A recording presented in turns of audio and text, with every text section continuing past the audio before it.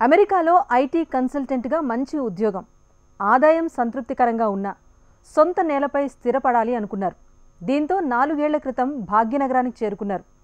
ఉద్యోగం కాకుండా స్వయం ఉపాధి పొందాలి అనుకుని వ్యవసాయ అనుబంధ రంగమైన పాడి పరిశ్రమ వైపు తన భర్తతో కలిసి అడుగులు వేశారు యువ మహిళా రైతు దీప్యారెడ్డి. పాల ఉత్పత్తులు లేకపోతే ఏ ఇంట్లోనూ రోజు గడవదు.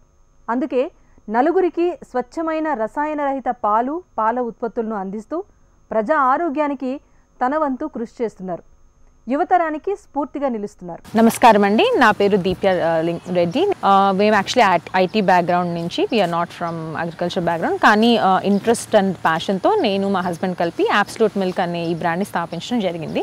4 years బ్యాక్ మేము ల్యాండ్ తీసుకొని చిన్న చిన్న బ్యాచెస్లో క్యాటిల్ని తీసుకొని సాయిల్ క్లెన్జింగ్ అన్నీ చేసుకుంటూ ఫీడ్ డెవలప్ చేసుకుంటూ ఒక్కొక్క బ్యాచెస్గా పెంచుకుంటూ అంచెలంచెగా పెంచుకుంటూ today we have close to around 20 products. And throughout హైదరాబాద్లో మనము మిల్క్ సప్లై చేస్తాము అన్ని హౌస్ హోల్డ్స్కి. అండ్ ఇప్పుడు రీసెంట్గా మన నెయ్యి త్రూఅవుట్ ఇండియా కూడా పంపించడం జరుగుతుందండి. స్టార్ట్ అయిన 4 yearsకి this is where we are today అండి. మెయిన్గా మనము ఫాలో అయ్యేది స్ట్రిక్ట్గా కాన్సెప్ట్స్ ఏంటి అంటే 0 hormones, nutritious and chemical free powder, 0 preservatives and adulterants. అంటే ఇవి పేరు కాదండి, నిజంగానే మనం న్యాచురల్ పద్ధతిలో ఆర్గానిక్, అంటే నిజంగా in the true sense organic పద్ధతిలో అన్నీ ఫాలో అవుతామండి. మన దగ్గర ఉండే క్యాటిల్ కానీ, మన దగ్గర ఉండే ఫీడ్ కానీ, మన దగ్గర ఫాలో అయ్యే ప్రాసెసింగ్ పద్ధతులు కానీ అన్నీ చాలా సహజంగా న్యాచురల్ పద్ధతిలో ఎటువంటి అడల్టరేషన్స్ లేకుండా చేయడం జరుగుతుందండి. రంగారెడ్డి జిల్లా ముచ్చింతల్ గ్రామంలో 100 ఎకరాల వ్యవసాయ క్షేత్రాన్ని లీజుకు తీసుకున్న దీప్యారెడ్డి రసాయన రహిత, కాలుష్య రహిత, పురుగు మందుల ఆనవాళ్లు లేకుండా నేలను సిద్ధం చేసుకున్నారు. అందులోనే దేశవాళీ ఆవులు, గేదెలను ఫ్రీ రేంజ్లో పెంచుతున్నారు. షెడ్లో పశువులకు దాణా అందించకుండా అవి స్వేచ్ఛగా తిరిగే వెసులుబాటు కల్పిస్తున్నారు. ఈ విధానం వల్ల పశువులు వాటికి కావాల్సినంత దాణాను తీసుకొని స్వచ్ఛమైన పోషకాలతో కూడిన పాలను అందిస్తాయంటారు దీప్య. అదేవిధంగా పాలు పితికే ముందు పోషకాల గ్రాసాలను పశువులకు అందిస్తామని తెలిపారు. సూపర్ నేపియర్, కోఫోర్ వంటి గ్రాసాలను వ్యవసాయ క్షేత్రంలోనే సహజ పద్ధతుల్లో పెంచుతున్నారు. మన ఫామ్లో చాలా వరకు మనము ఫ్రీ గ్రేజింగే చేస్తామండి. అంటే మనము ఆవుల్ని కానీ గేదెల్ని కానీ కట్టేయడం జరగదు. మన దగ్గర మనము 2 పూటల పాలు తీస్తాము మన ఫామ్లో, మార్నింగ్ అండ్ ఈవినింగ్. పొద్దున పాలు తీసిన తర్వాత మనం క్యాటిల్ని మొత్తం ఫామ్లో వదిలేస్తాం అనమాట. వదిలేస్తే అవి వెళ్ళి మనకి ఇక్కడ చాలా ఓపెన్ స్పేస్ ఉంది, వెళ్ళి అవే ఫ్రీ గ్రేజింగ్ చేసుకొని అవి కావాల్సిన ఫీడ్ అన్ని తిని మళ్ళీ మధ్యాహ్నం టైం అరౌండ్ 2 o'clock 3 o'clockకి మళ్ళీ మన ఫామ్కి రిటర్న్ వస్తాయి. ఇలా ఫ్రీ గ్రేజింగ్ చేయడానికి మెయిన్ రీజన్ ఏంటంటే క్యాటిల్ని మనం ఒక చోట కట్టేసి వాటికి అలా ఫీడ్ ఇవ్వడం వల్ల అది మిల్కింగ్ మెషిన్స్ లాగా అయిపోతుంది. మనం అలా కాకుండా సహజ పద్ధతిలో న్యాచురల్ మెథడ్లో వదిలేస్తే అవి కావాల్సిన ఫీడ్ అవి తిని మేత తిని ఈవినింగ్ మళ్ళీ 2 o'clock 3 o'clock టైంకి మన ఫామ్కి రిటర్న్ వస్తాయండి.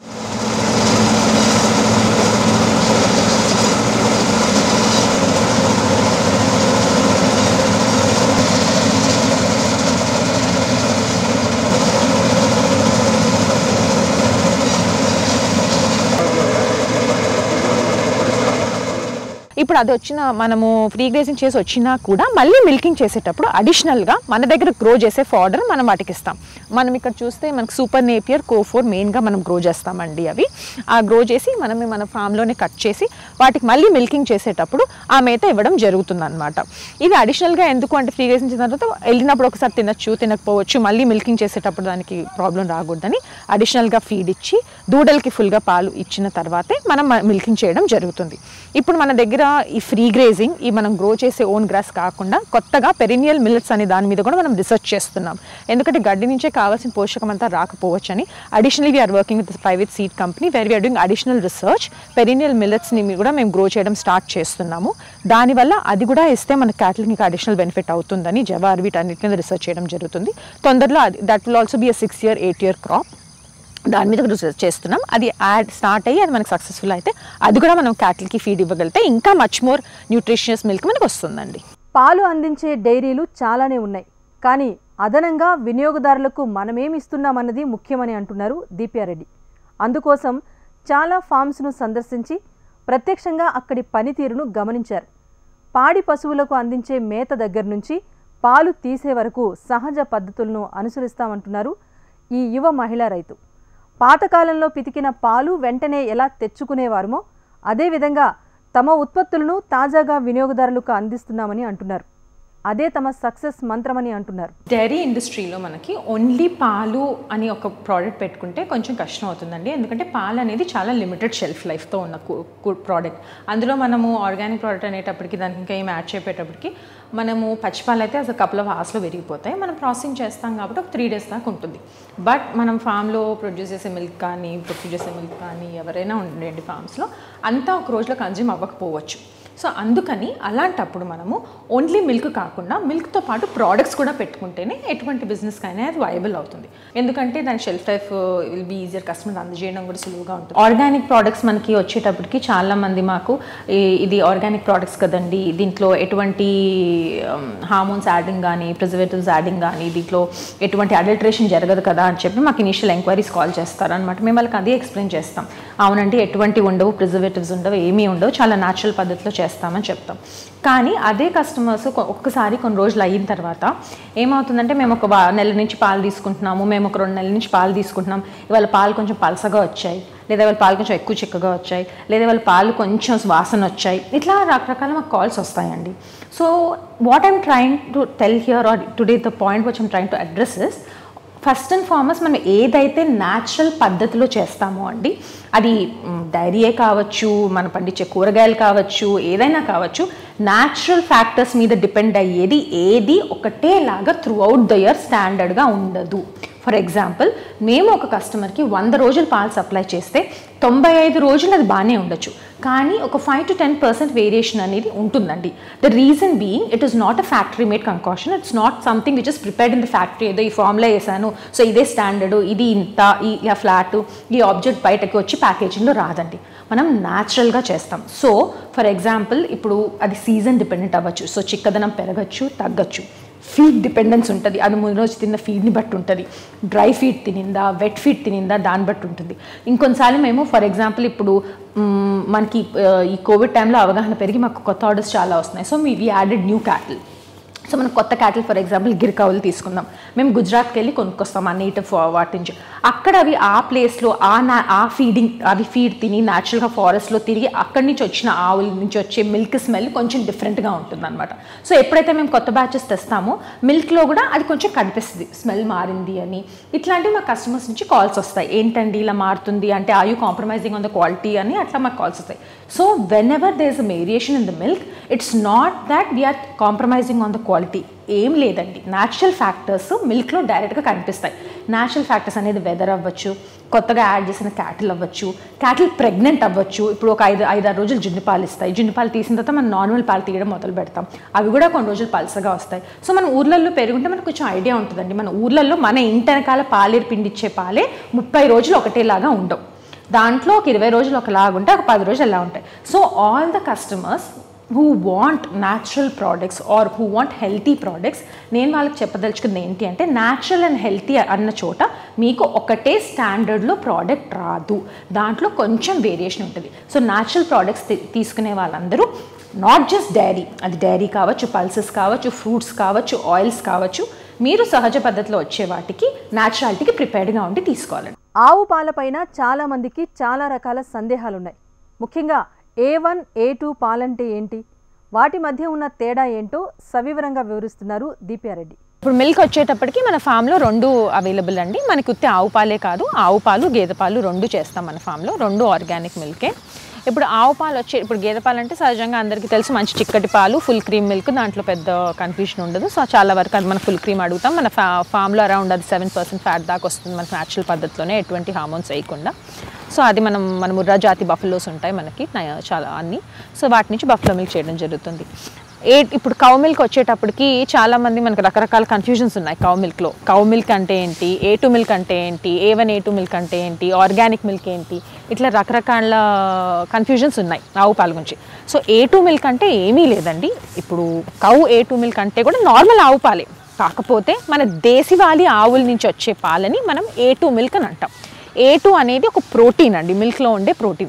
ప్రతి పాలలో యూజువలీ A2, A1 అని ప్రోటీన్స్ ఉంటాయండి. మన దేశవాళ ఆవులు A1 ప్రోటీన్ని డైజెస్ట్ చేసుకొని పాలల్లోకి కేవలం A2 ప్రోటీన్ని మాత్రమే ఇస్తాయి.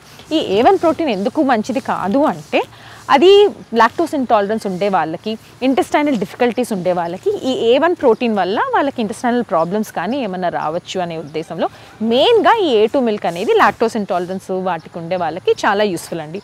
నార్మల్ వాళ్ళకి A1 తాగితే ఏదో అయిపోతుందని ఏమీ ఉండదండి. At the end of the day మన క్యాటిల్ యొక్క బ్రీడే కాదండి, ఆ క్యాటిల్కి మనం ఇచ్చే పోషణ, వాటికి ఇచ్చే మనం ఫీడ్, అవి ఏం తింటున్నాయి, వాటికి ఇచ్చే యాంటీబయాటిక్స్, వాటిని మనం ఎలా చూసుకుంటున్నాము, ఈ పాయింట్ చాలా ఇంపార్టెంట్ అండి. ఇప్పుడు మార్కెట్లో ఎంతసేపు A2 అన్న వర్డ్ అంటున్నారు కానీ ఆ A2లో కూడా ఇప్పుడు తెచ్చే ప్రతి దేశీవాలి ఆవు కూడా A2 మిల్కే ఇస్తుందని గ్యారంటీ లేదండి.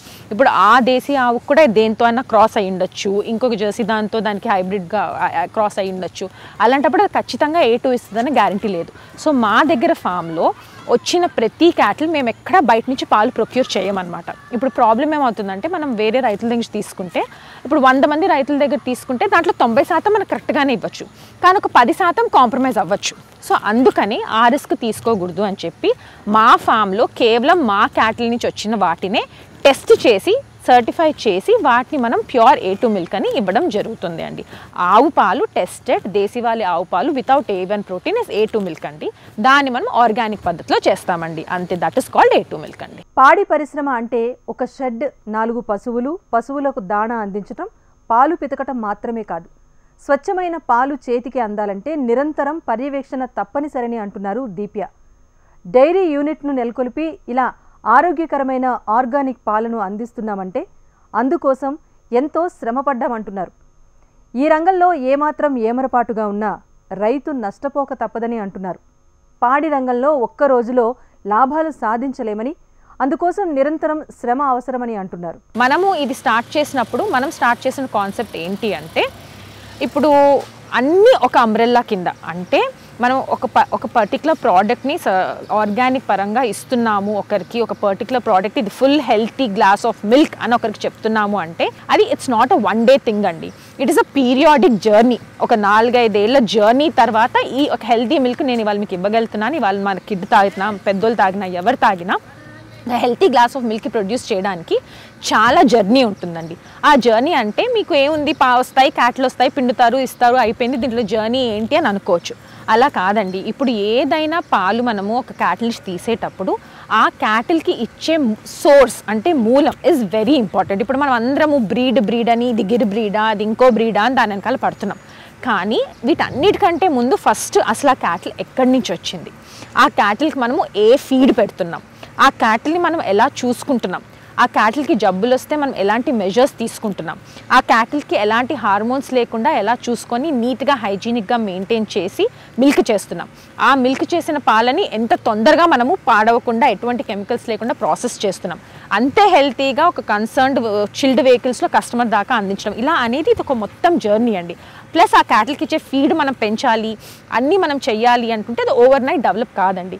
So everything under one umbrella టైప్లో grazing, cattle procurement, cattle milking, cattle milk చేసిన దాని ప్రాసెసింగ్ అండ్ డెలివరీ అంతా ఒక పర్టికులర్ చైన్ కింద అండర్ మానిటరింగ్ మనం చేయగలిగితే మనం ఖచ్చితంగా నేను ఇచ్చే పాలు, మీరు తాగే ఒక గ్లాస్ పాలు స్వచ్ఛమైన పాలు అని నేను ఖచ్చితంగా చెప్పగలను అండి. ఖచ్చితంగా మనం ఏ పాలు ఇస్తున్నామో దాన్ని మనం గ్యారంటీ సర్టిఫై చేసి కస్టమర్స్కి ఇవ్వగలగాలనే ఉద్దేశంతో మన దగ్గరే ల్యాబ్ ఎస్టాబ్లిష్ చేసుకొని మన ఫామ్ పాలు అయినా కూడా డైలీ వాటిని చెక్ చేయడం జరుగుతుంది. వారానికి ఒకసారి థర్డ్ పార్టీ ల్యాబ్స్కి పంపించి స్టార్చ్, యూరియా ఎటువంటి అడిషనల్ వాటి కోసం కూడా టెస్ట్ చేసి జరగడం జరుగుతుందండి. ఈ పరిశ్రమలో కేవలం పాల మీదే ఆధారపడితే సరిపోదు. పాలతో పాటు పాల ఉత్పత్తులను తయారు చేస్తేనే లాభాలు ఉంటాయంటున్నారు దీప్యారెడ్డి. అందుకే పాలతో పాటు 20 రకాల పాల ఉత్పత్తులను తయారు చేస్తున్నారు.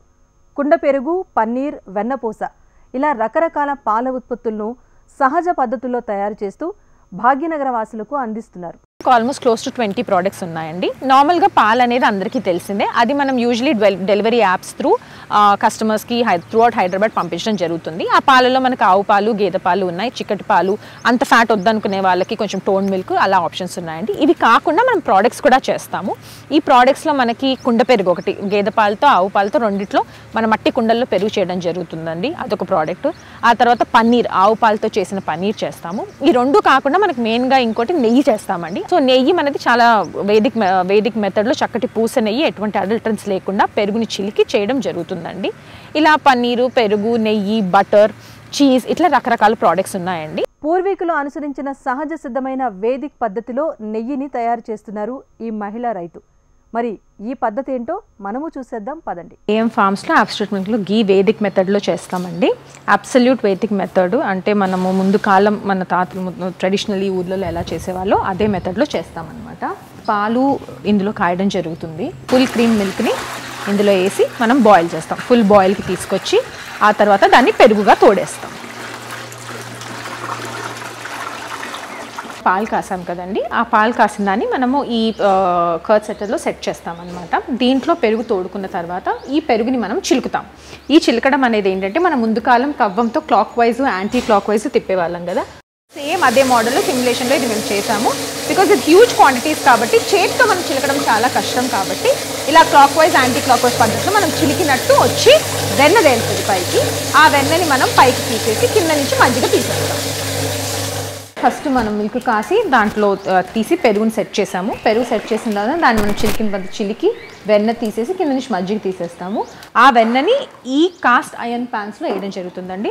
మీరు ఇక్కడ చూస్తే ఈ కాస్ట్ ఐరన్ ప్యాన్స్కి కింద మనం మంట పెట్టున్నాము. అది కేవలం చెక్కతోనే ముందు కాలం ఎలా చేసేవాళ్ళు అలానే మనము కాస్ట్ ఐరన్ అంటే మన బాణళ్ళు, ముందు కాలం మన బాణళ్ళు ఏ మెటీరియల్తో చేసేవాళ్ళు అదే కాస్ట్ ఐరన్ ప్యాన్ అండి ఇది.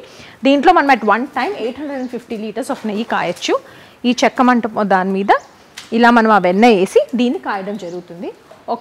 ఒకసారి వేసిన తర్వాత అరౌండ్ 2 to 3 hours మినిమం మనకి నెయ్యి కాగాలండి.